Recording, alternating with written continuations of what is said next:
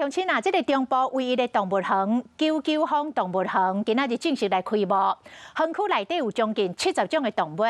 另外台中有一间购物中心的电影院，年初因为疫情来关门，换头家了后，嘛伫今仔日重新来开幕。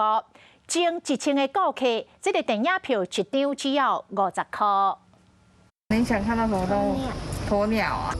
因为我觉得它很可爱。真正是足期待的南投九九峰动物园今仔日正式开幕，园区占地20甲，饲40-50种动物，还有囡仔上喜意的地鼠、牛犊、四只马，游客唔但当伫咧真近的所在欣赏，还会当摕饲料甲细只动物吃。我们这里面总共有4种的天鹅，加2只大嘴鸟。坐马车游园区真舒适，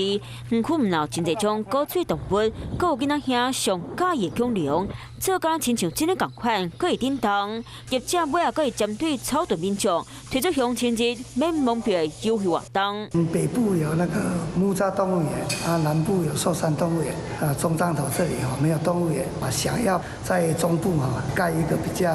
优质、比较自然的这样的一个动物园。好康优惠唔敢只，台中新时代购物中心开辟影城，年初因为疫情收起来，维修集团接手了后，今仔日正式开幕营运，先来1000位人客，50块地当看电影。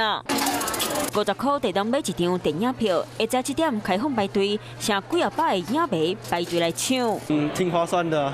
对，很开心啊。我是早上大概6点多就过来拍，暑假也闷很久的哈，那所以暑假这个阶段把握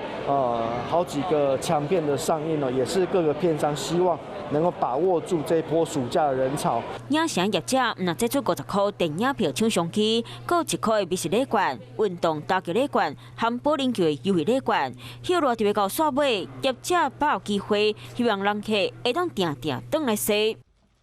Hello， 大家好，我是乃瑜，要教给大家2个任务。第一个，华视新闻的脸书专页，你按赞了吗？还有华视新闻的 YouTube 频道，赶紧订阅起来，还要记得按赞，开启小铃铛哦。